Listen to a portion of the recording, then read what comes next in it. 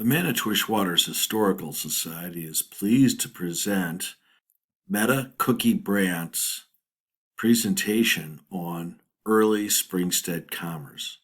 This was recorded in the spring of 2023. Looking at the map, starting at the northwest corner, Seifert's Glenwood Resort was one of the family properties that Meta's family operated. It's known as the last resort today. They also helped run the post office at Springstead and were the caretakers for the property just to the south on Springstead Lake, today known as Springstead Lake Lodge. It was first Sherwood Forest Girls Camp and then turned into Reid's Resort, all of which were classic Northwoods establishments. Let's start with around Springstead Lake Lodge and the early girls' camp. At this point, you can see the original cabins had the low horizontal log homes with the wide windows, the porches exiting down. The girls' camp ran in the 1930s and ultimately will be turned into Reid's Springstead Lake Resort. Here's another picture of Bert and Alice's Reid's purchase of the Sherwood Forest Girls Camp and how it was developed on that sprawling property. What I find interesting with these are the large old-growth trees, some of which still remain along the property itself. Moving just a little bit north, we're going to go at the southern end of Stone Lake to explore the post office. The Stone Lake Post Office, Alice Reid was the postmistress, and her daughter was the assistant postmistress. They operated the post office, and really this was an important connection with their maple syrup business that ultimately was integrated with moving moonshine. Having access to the post office and being able to control the shipping of products proved to be very useful to get some of the hooch and maple syrup all the way down to Chicago. Here's the caretaker house in the middle of winter as they would be spending their time planning on the shipments to Chicago hotels that Bert Reid and Randall Burns ran out of Springstead Lake, right there on the property where the post office was. They had underground passageways out of the buildings that led to underground stills. It was really quite an operation. Now, moving a little bit to the northwest, we can take a look at the area of French Lake and the development of Seifert's Glenwood Resort, started in 1911. Today it's known as the last resort. This is a classic picture right here of the Glenwood Resort, properly spelled below, not in the caption of the picture, in front of French Lake in a classic launch. Again, showing those early histories and early commerce of Springstead. Al Seifert was known for running a bar, Al's Seldom Inn, and here's a picture of the bar as it was operating next to the resort with a few kegs, it looks like, to the left.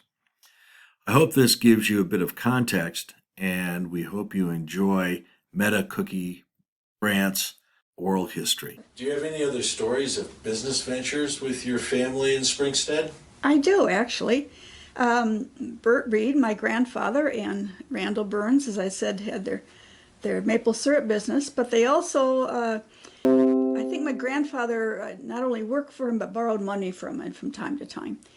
And the part of Springstead Lake was a girls' camp. It was purchased from as patent land in the late 1800s. It was purchased by people from Pike Lake, who set up a series of cabins for guests who wanted a more rustic vacation experience. They said that 4 or 5 cabins and a cook lodge that they cooked the meals in. And around 1917, 1918, in Chicago, a woman named Dr. Luella Parsons bought that land from the Pike Lake. And she was either legitimately or self-made woman of way ahead of her time. She was a advocate of women's ability to take care of themselves outdoors, to be capable, to be not afraid, to be independent. And so she set up a girls' camp for girls from Chicago. They would come up to the camp and spend 3 to 6 weeks there, learning how to fish, how to swim. They went on hikes. They had outdoor crafts, all kinds of skills that she thought they could gain independence. And that was quite successful. One of their skills that they learned was horseback riding. And so about a half mile down from where the cabins were in the cook shack, she set up horseback riding and built a house for a riding master. And the riding master was not allowed on the grounds where the girls were, of course, because no men were allowed there.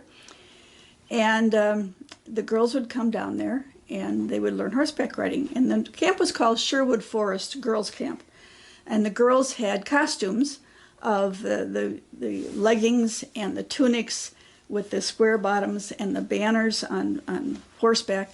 And there are pictures of these girls in 1919, the first year of the camp, on horseback with the Sherwood Forest Girls Camp.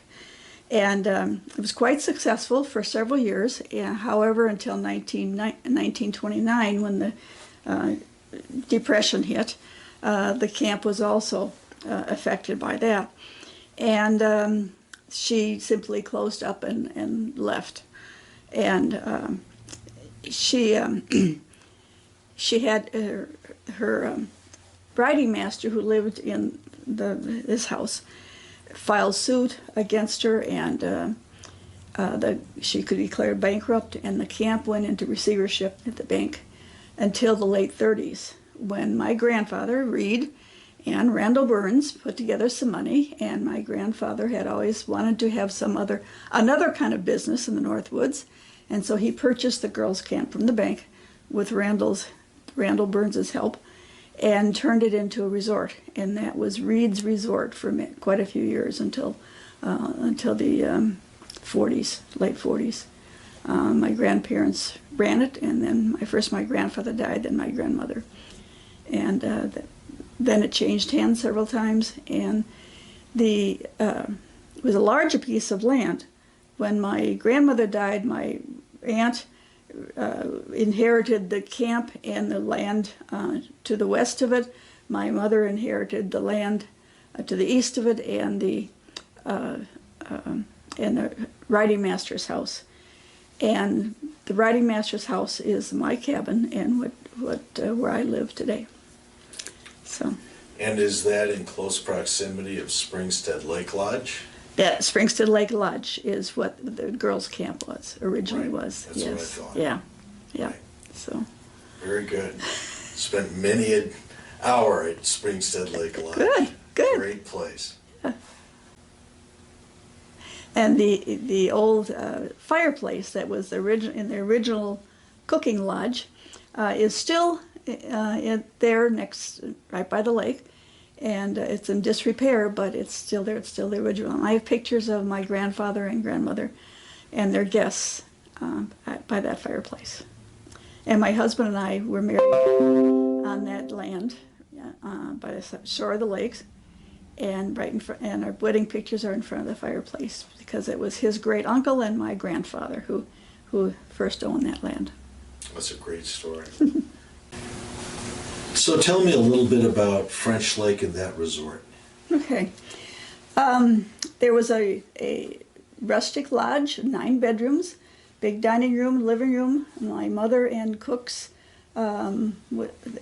Summer helped, cooked for everybody. Nobody cooked, no guests cooked for themselves. My mother and the family did all the feeding of everybody. And it started out with my grandfather and my grandmother. And my grandmother was not allowed to walk through the living room, which was the entertainment area in the evening for the guests, that my grandfather would host an evening narrations and storytelling. She was not allowed to walk through there to go up to bed after she had finished cooking for everybody and cleaning up. So she would sit in the kitchen and put her head on the table and sleep until the guests left, and then she would tell them good night at the door, and she would be up then by 4 o'clock, 5 o'clock in the morning to get the lunches ready for the fishermen. And at that time there was no running water, so she had to haul water up from the lake year-round, heating it on iron copper kettles on a big wood stove to wash clothes and sheets and things by hand. So that continued until my parents came along and got married in about 1934. And about the time that Grandma died, and my parents had taken up residence in Phillips. And both my mother and my father were helping their respective parents with their resorts. My mother helping on Springstead Lake, my father helping on French Lake. And gradually they took over the resort. My mother was not real crazy about coming to the resort. She didn't want to raise her family where in the midst of where there was drinking. She wasn't against drinking, she just didn't want it in her living room.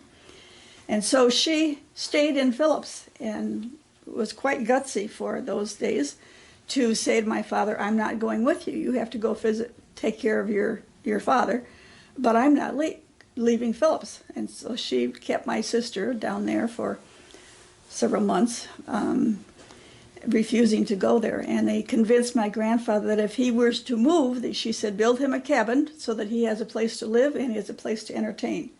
And then I'll come and help run the resort. And so she's probably the only woman who ever stood up to the old German Al Seifert. And so they built him a cabin, and it had on the outside of it, Al is seldom in, I-N-N. And he entertained and played cribbage and drank beer with all of his buddies and the resort guests. We had 4 or 5 cabins. Some of those cabins still stand today. And the resort had a hard time keeping up with the times. Area resorts began to modernize by putting in plumbing, by putting in running water, means for guests to cook. And Grandpa Al would not have any of that. And he ruled the resort and the money and our lives with an iron fist. My dad and mother were caretakers managed for him. But consequently, Al began to get behind in payments for the taxes. And he got farther and farther behind. And even though my dad had education as a bookkeeper, Grandpa wouldn't listen to him and stubbornly refused to take his advice and got way behind until I think that he was going to lose it for taxes. And so I think, looking back and trying to look for an excuse for what ultimately happened, I think he figured I'm going to lose it, but if I go up to Hurley and I play a little cards, I've got a 50% chance of hanging on to it. So that's exactly what he did. He went up to Silver Street in Hurley, and whatever game they were playing, he laid the deed for the resort on the table. And he had a 50% chance of losing or winning, and he lost. And I remember as a child of these people coming through with him and finding out that they were going to take over where I lived. I must have been first grade, second grade. And so we left supposedly with, his orders were just our clothes.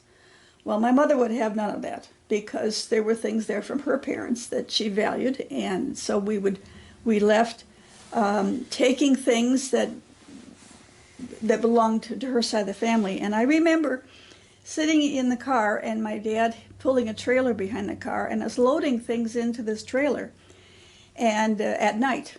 And I remember saying to my dad, "Why don't you turn on the headlights, Dad?" And he said, "Well, we don't want to wake up Grandpa." And I think that what he was trying to do is get away with taking the things that belonged to them and leaving the things that they couldn't take. And we took those over to Springstead Lake and stored them in the what they call the farmhouse, which is the cabin I live in now, for years. And so that was how we left. The Borchards were the name of the people who took over the resort, and then it changed hands several times, and then it was called the Last Resort. Many people remember that. Famous pizza destination. Yes, it was. And yeah, and then they turned it over. Korinsky's own it now. Right. Well, that was super. Now you have an interesting nickname. I introduced you as Meta, but people call you, and you're known as Cooky. Right. How did that happen? Well, my folks were in their 40s. They'd had a daughter who was a teenager, and they figured that was the only children they would have. And then one day, my mother thought maybe there was going to be an addition to the family. So in about January or so, she got confirmation of that and went to the doctor. And about March, I decided it was time for me to be born. And so she was probably not quite 6 months along. And it was March blizzard, the end of March. And my sister was home with pneumonia. We were snowed in.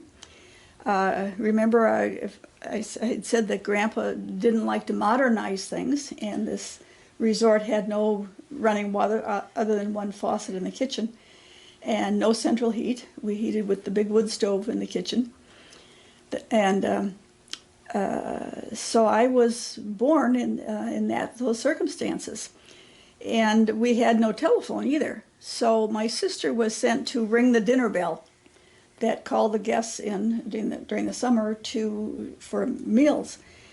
And she rang the bell, and of course on the lake that was a sign of distress. That was a fire bell, whatever. Yeah. There was an emergency. If we heard somebody's bell ringing, we knew there was a problem. And so across the lake, the people who were there had a telephone, they had electricity, and they had some means to a plow. So it took a while for them to figure out, for them to get plowed out, for them to come the 4 miles to our place to figure out what was wrong. We were snowed in. They had to get plowed. We had to get plowed out. They went back to their place, called the doctor. The doctor was in Park Falls, old Doc Leahy. And he was quite upset that my mother was giving birth. And he took off in his suit, in three-piece suit with his watch fob and his wingtip shoes, got in his car, and promptly outside of Park Falls went in the ditch. There was not much traffic because everybody was under snow siege until a logging truck came along. The logging truck picked him up and took him the rest of the way because it could go through anything. And so finally everybody got there, and they took me into Park Falls. And the nurse, when we got to the doorway, said to my mother and dad, "How did you take care of her all these hours?" And what had happened was that because the house was cold, they wrapped me in an underwear box with a water bottle and some blankets and put me in the oven. And the oven, they kept the door open, and that's how they kept me warm for quite a few hours. And so when they got to the hospital, that's what they told the nurse. Well, we put her in the oven. And probably to lighten things up, because years later I met this nurse, and she kind of knew how to lighten things up when people were quite under a lot of stress. And she said, "Well, then she's just a little Cooky." And that name stuck all these years, and I still go by that nickname up here. It's a wonderful story and a great nickname, yeah, right. And a true Northwoods pioneer adventure. Yeah. It's great. Very good. Thank you for sharing that. There was something else I was going to say. Okay, the cookie story. Oh, I didn't go into this. I guess I could have. When my nephew came to visit me some years ago, he wanted to know more about how we lost the resort. And of course, I grew up thinking that it was lost, that someone just decided to buy it. And I found in Mother's writings that my grandfather had gambled it away. And so I had told my nephew that, and he said, well, are you sure? And I said, well, this is a story that I got from the writings. And I told him, much like I've said here, what happened to the resort. And so we went over to the resort. The other people had it at that time. Looked around just for old time's sake, because his mother, my sister, had truly grown up all through school at the resort there on French Lake. And a man walked out of the resort, and we started talking to him. And my nephew said to him, well, how long have you been here? And he said, well, my grandfather owned this place. He won it in a game up in Hurley. And my nephew called me over, and he said, Cooky, come over here. He said, and he looked at the man, he said, I want you to meet the loser's granddaughter. So, All right. yeah, so we know what this story has legs. Yes, it does. Corroborated. Yep.